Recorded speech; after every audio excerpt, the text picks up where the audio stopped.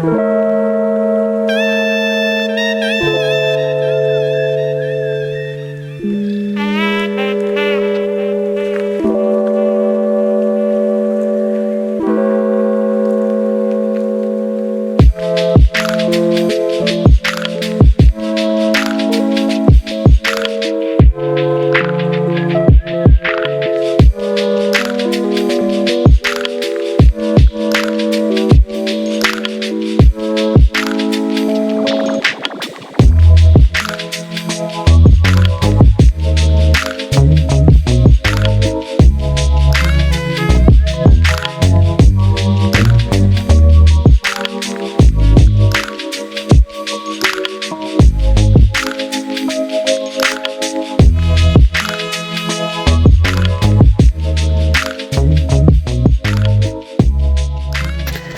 I'd really like to say that yesterday's B-roll was the same day as today, but it's not. It's Friday. It's the next day, and it's about 11:20.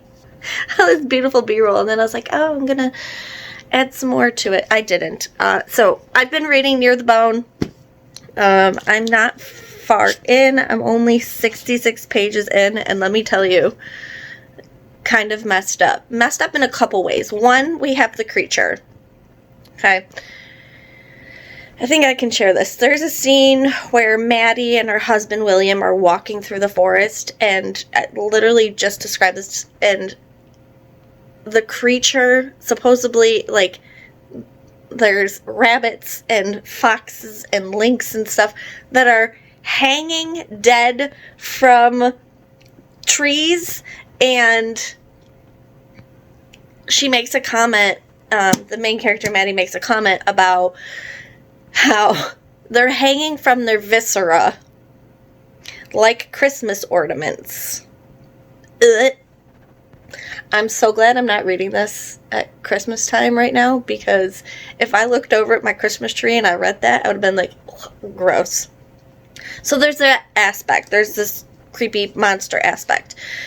Then there's this aspect of this husband who is mistreating the main character, Martha, Maddie, and he literally finds every excuse to beat her, belittle her, and it's so heartbreaking to hear. Like, she's expected to do all these things, and she has to play in her brain, like, how to do things without making him angry, when at the end of the day, he gets angry anyways.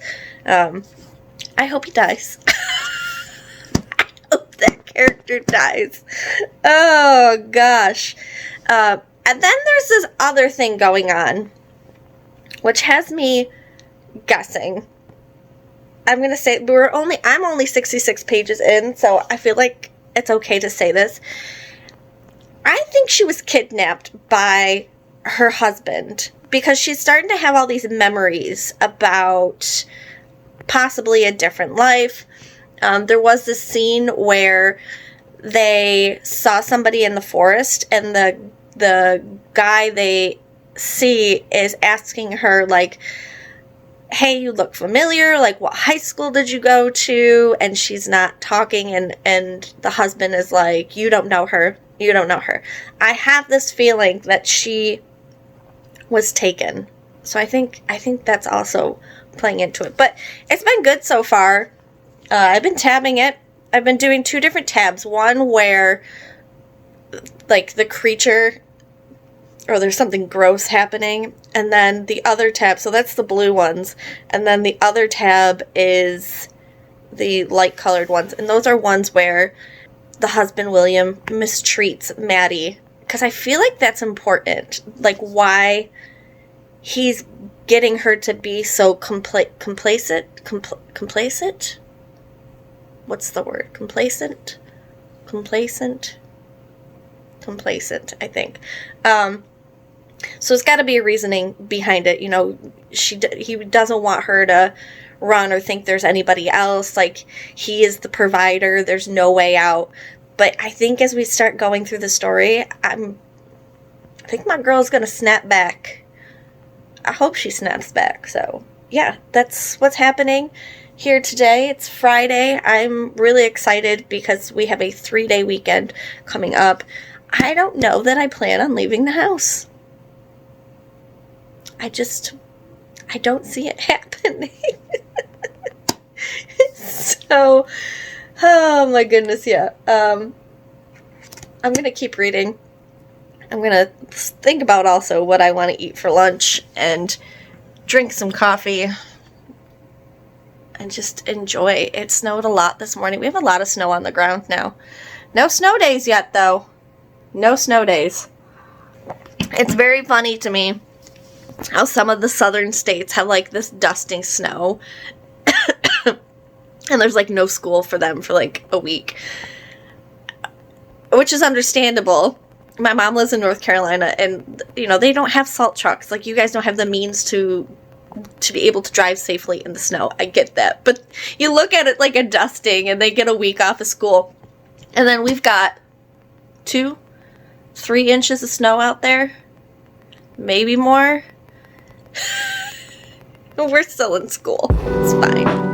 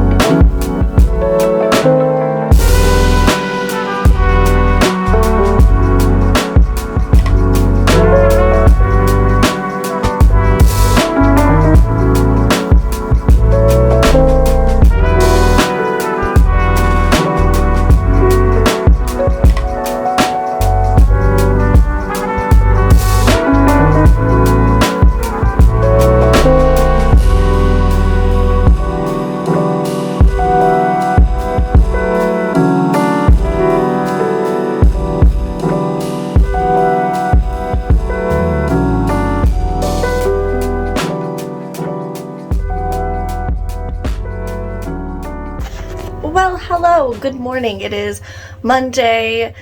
I'll go this way so we're not glare from my glasses. And it is a holiday today. If you are in the United States, it is Martin Luther King Jr. Day. So I have the day off. And good thing I did because we got some snow last night. If you hear that is Don on the four-wheeler getting ready to plow the snow off of the driveway.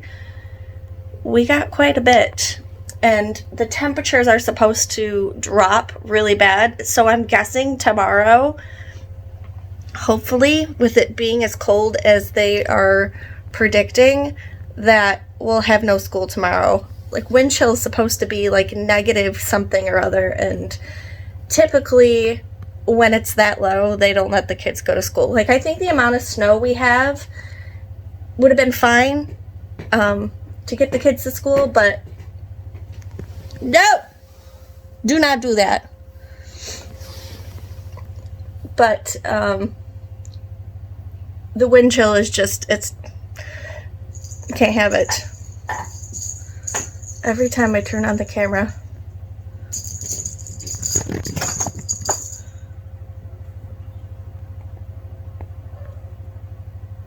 you can get it?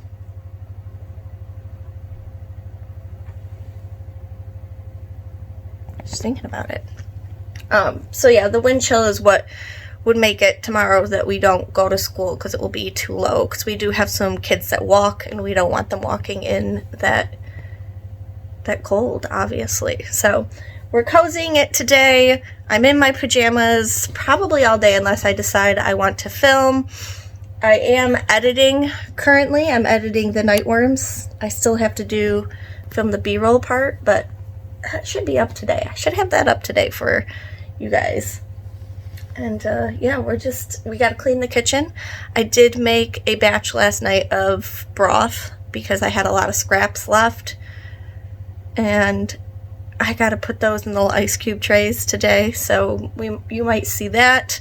I am still reading Near the Bone by Christina Henry, and I'm about halfway, a little over halfway, and I'm liking it so far. I don't know if I've mentioned with this that there is a huge trigger warning for spousal abuse, and I don't know if this is a spoiler. I kind of figured it out pretty quickly to the beginning of it, but if it is a spoiler, I don't know. But kidnapping too is in this. Don revving the ATV out there. The boys and their toys. Boys and their toys. But I've been, I don't know if we can see this, I've been tabbing this book, and I like it so far, but I feel like some of the stuff is kind of predictable. The only thing I haven't figured out is the creature, but I have my thoughts on that. So I don't know. I'm like, it's okay. Is this the best Christina Henry book I've read? No. You want a really good Christina Henry book? Read the Alice in Wonderland retellings she does. They were great. Very raw, but I love them. Also, too, I've mentioned a couple times on this channel that Bunny is my favorite, one of my favorite books of all time. I loved it. I keep saying how I want to reread it, and like knowing what I know, reread it to see if anything else sparks where I should have known. Do you get what I mean? So the other day, I was going through Instagram, and Mona Awad put out this video. There's going to be another book in like the Bunny situation, but she called it a prequel and a sequel. I'm so intrigued. If this isn't a sign that I need to reread Bunny, I don't know what it is. And I really think I'll go through mine this time. I never tabbed it or anything. I think I'll go through it and tab the book. But I'm so excited. I think the book was called I Love You, Bunny. Something like that. I don't know. There's no cover for it yet, so I'll just leave what the information is right here, but I'm so excited. But yes, that's what's going on today. We're just having a cozy day. We're a little kind of snowed in, I guess. I don't know. Alright, so I wanted to show you guys what I've got going on for dinner tonight, just because I like sharing things like this. This is going to be a recipe that's in my head.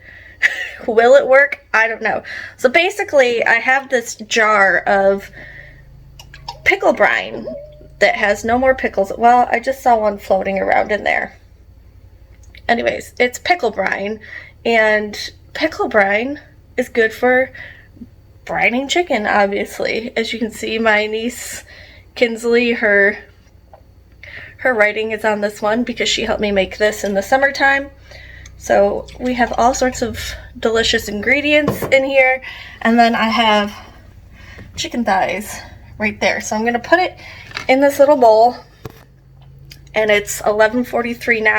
We typically eat around 7:30, 7:45, so it will be in here for up to 6-7 hours. And yeah, hopefully we'll have this magical, delicious, pickle tasting chicken for all my pickle lovers out there.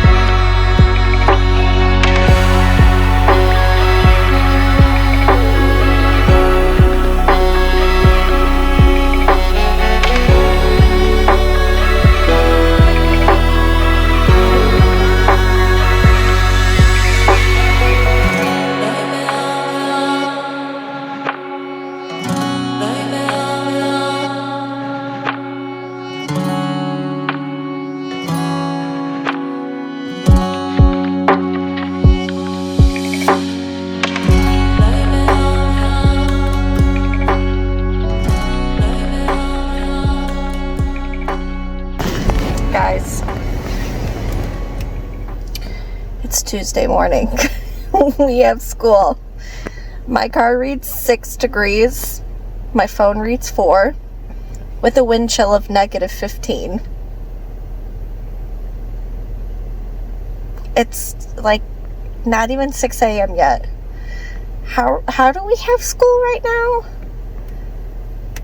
I don't know. All I know is my bus better be warm. Supposedly they got people starting the buses, but my bus is very finicky. It does not like to run in this weather. Oh, literally as I just said that, my friend who is starting my bus just said my bus is not happy. Oh boy, it's gonna be a day. Well, hello, good morning. Oh, what's that light? Look at that. Still cold. 9 degrees my car reads. It's cold. It's very, very, very cold. My fingers feel cold because my bus does not like to warm up at all. So that's great. I am headed to the bank real quick. I have to have something notarized, and then I need to go to the bookstore because I have to get my best friend a birthday present. We're potentially going to her family's lodge this weekend, and she is a book reader like me, so there's a book I'm thinking of that I know she'll like. And then I want to get the Grady Hendrix book if they have it. That will be my 1 January book I purchased. Because if you watched my goals, I said I was only going to buy 1 book per month. So this month it is going to be Grady Hendrix, and it's the Witches of Wayward, or the Wayward Witches of something. I don't remember what it is.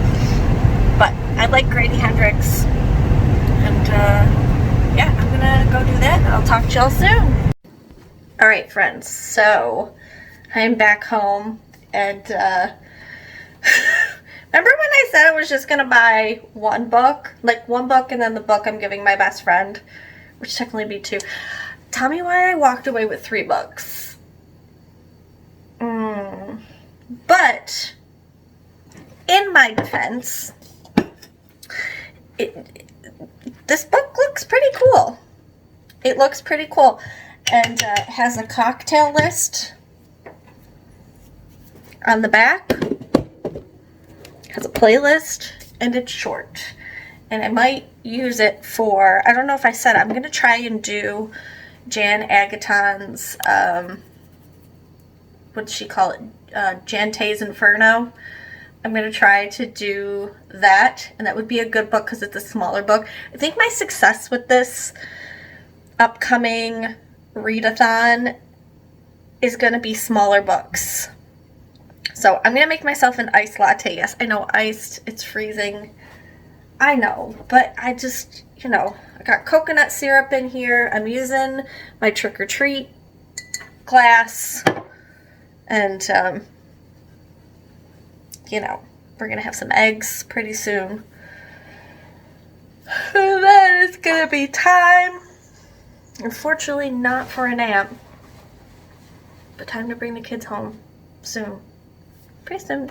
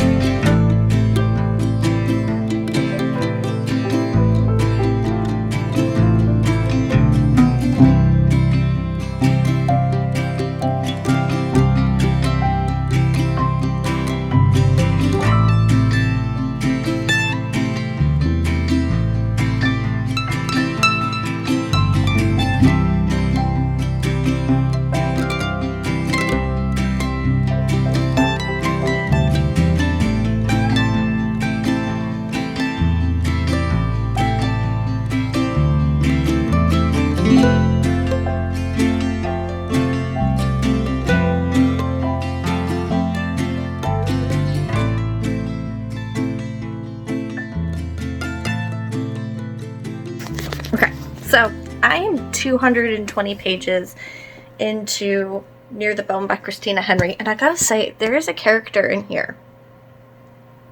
CP. I don't know what CP stands for, but CP is his name. And he's one of the hikers that you meet. He really, truly is agitating me so bad. If you've read this book before, has CP? What's our character CP? CP. What does CP stand for? Maybe I missed it, but he's really annoying me. I'm like, you're a jerk. Like, hold on.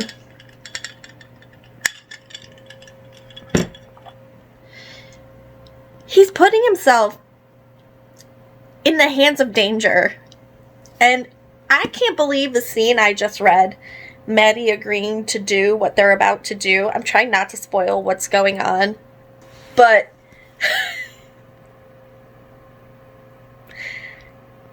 why go back? Why go back? Like I said, if you've read it, you know, I am trying not to spoil anything, but why go back? Why? I don't get it. Get off the mountain. There is a creature coming at you. There is William coming at you. Get off the damn mountain. Like, what do you... Stop trying to be a hero. Oh, we have to go here to save so-and-so. Oh, let's go back to the cabin. I think I'm spoiling this. I don't know. I think my rants are... I'll put a spoiler thing at the beginning, but I feel like I need to rant. They've already escaped the cabin, okay? This is a spoiler, because I'm about to be annoyed. They escape the cabin. They're not sure if William, the kidnapper, is dead or alive. And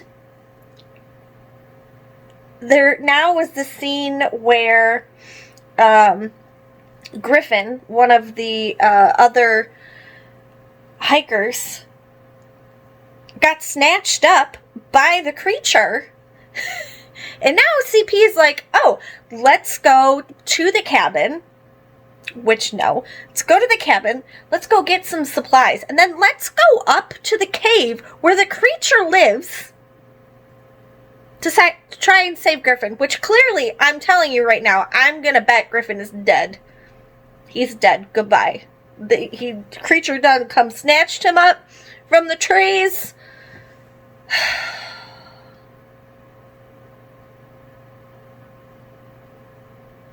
CP, you idiot.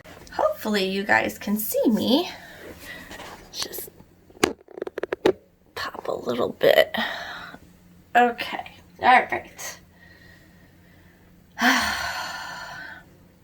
Y'all, I did not at all intend for this video to become a near the bone vlog. And I definitely did not have the intention of doing spoils. It just, I don't know, as the days went on and I was reading this, I clearly had some opinions and parts that made me angry and I needed to talk about. So if you've made it this far, you've either read the book or you're this far in, haven't read the book, and you didn't heed my warnings. I am going to try, when I edit this, to put it in the title and make sure everyone knows that there are spoilers in here, because I couldn't hold back. So, let's talk about, first of all, what did I rate this book? I rated it 3.75. And that's not, like, that's pretty good rating for me. It's not a horrible rating. I think we have to get into like 3, not even that. Like once we start getting into, well, yeah, like 3, 2.75, I would consider like, it wasn't for me. So 3.75 I put on Storygraph. let's talk about first what this book is about. I think I explained it in the vlog, but we follow this girl, Martha, or Maddie, and she lives in this isolated forest woods with her husband, William. And William, unfortunately, is very abusive. Everything needs to be done like the husband is right. And there are some situations where he's trying to have a child with her, and she can't. He keeps saying, Maddie, a man's got to have sons and stuff like that. Just very abusive. Very, very abusive. And on top of that, one day walking in the woods, Maddie stumbles across these dead animals. And all of a sudden there's this creature and this unworldly being. And that brings about these 3 hikers who come by and in the woods, and they meet William and Maddie in the woods, and Maddie is automatically reprimanded because somebody's asking her questions. Hey, have I seen you before? Do you go to this high school? And Williams immediately is like, no, you don't know her, which I'll explain in a moment. So we really go on this journey of watching Maddie start to fight for herself, and then also with the creature, who doesn't have a name. I don't think the creature had a name this whole time. So, yeah, they try to figure out these things with this creature and what have you. And I'm doing a terrible job, so I'll read the inside really quickly. It says, Maddie can't remember a time before she and William lived alone on a mountain together. She must never make him upset. But when Maddie discovers the mutilated body of a fox in the woods, she realizes that they are not alone after all. There's something in the woods that wasn't there before, something that makes strange cries in the night, something with sharp teeth and claws. When 3 strangers appear on the mountaintop looking for the creature in the woods, Maddie knows their presence will anger William. Terrible things happen when William is angry. That alone, the reason I read that, not only do I suck at giving descriptions of books that I love, which I think a lot of people have a problem with, but that description alone makes you think, well, is William the creature? So there was about halfway through the book, I was still thinking, is William the creature? Is William the creature? I don't know. William was not the creature. The creature was the creature. I should have given it a name. Like what? Like what would you give that creature a name? I made some notes on my pad about things that kind of annoyed me throughout the book. And one of them is CP is annoying. So CP is one of the characters, one of the hikers in the story. And to me, CP was very just, I don't even know how to describe it. Just dumb, in my opinion. Just very dumb, making stupid choices. And there are some spots, if I can find the pink tabs. Where are the pink tabs? Oh, this is a funny moment. So before I get to the annoying part, there is an annoying part, there's a part in the book on page 206 where it says, and I'm not, CP grumbled, we came up here to do some research, and now we're in a horror movie with a monster and an unkillable redneck with a gun. I thought that was hilarious. Best quote? Maybe. But CP being annoying, I have this right here. And I literally said, I'm really over CP and his complaints. You dumbass, you should be worried about frostbite. So there's another scene where they talk about there could be a potential where they fall in. And he just says, yeah, because I'm really worried about hypothermia or frostbite at the moment, CP said as he followed behind Maddie. And said, you should be, Jen said, the last one to cross. It's not a joke. And then he says, I know it's not, but hypothermia is kind of low on my list of things that could kill me. A gunshot wound seems more likely. Like, they were kind of saying, like, don't fall in, because if you get hypothermia, then, like, you're going to kind of be a burden right? Because now I gotta drag your ass out of the water. Now I gotta possibly deal with you being sick. And that slows us down. So his thought process is, well, there's a madman on the loose and there's this creature. Like, the frostbite's the least of my worries. But really, is it? Like, you're trying to get off the mountain. You're trying to get off the mountain. And then there's another scene. I already shared this. I spoiled this. But there's another scene where Griffin gets taken by the monster. And there's a scene where Jen, CP, and Maddie are in the cabin. And they hear Griffin's cries. And CP just wants to, like, be the hero and go out there. And he just says, I don't care what you say, I'm going out there. Griffin would have done the same for you. We're only in this mess because of you anyways. He couldn't stop talking about you. Kept saying we had to help because you were being abused by your asshole husband. We only came back in this direction because he wanted to do something about it. And now you're going to sit there like a cowardly little bitch and let him die outside your door? Which pissed me off. Because in the beginning of the book, Maddie told them to get off the mountain. Get out of here. Get off the mountain. It's not safe. Get off. And they didn't listen. So that really angered me. That angered me.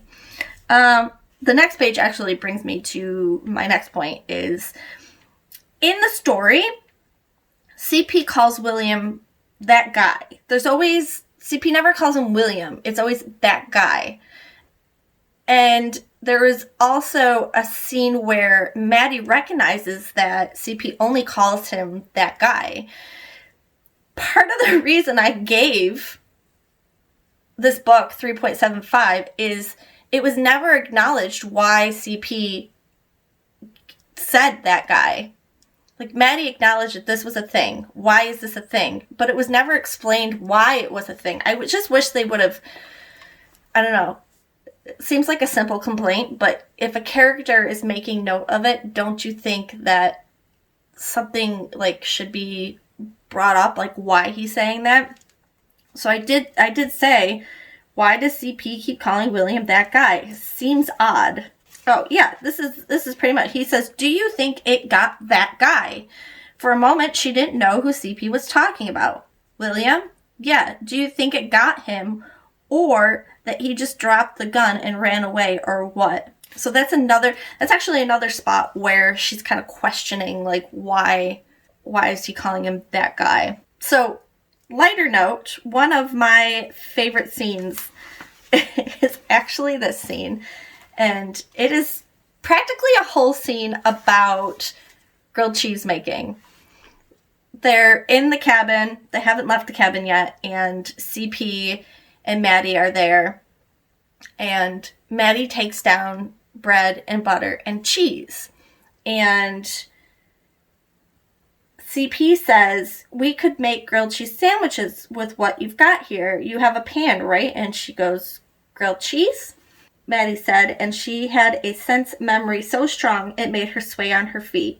Crunchy bread that tasted of butter and a thick layer of melted yellow cheese, still hot from the pan.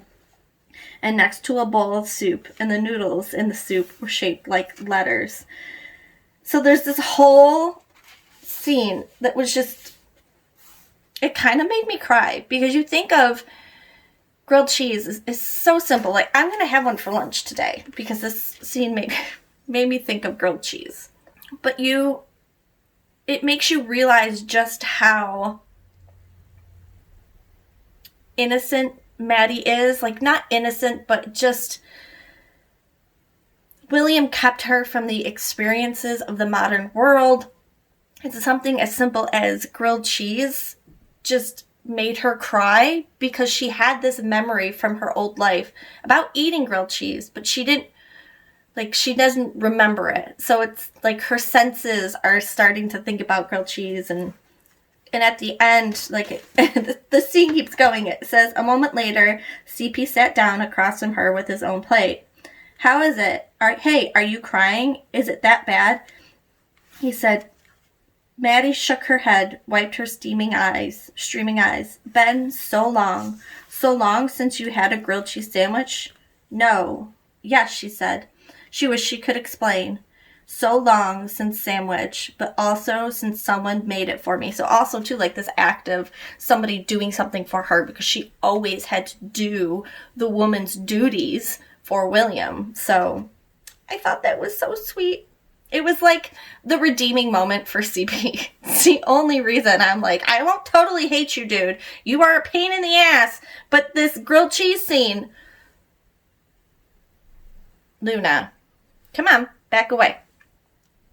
But this grilled cheese scene is just, I wanted to cry. I wanted to cry because the scene was just so wholesome. So one more note. Let me get to the page here. Throughout the book, as Maddie starts to gain some of her memory back from her old life, you do start to realize, like, oh my God, she was kidnapped. She was kidnapped.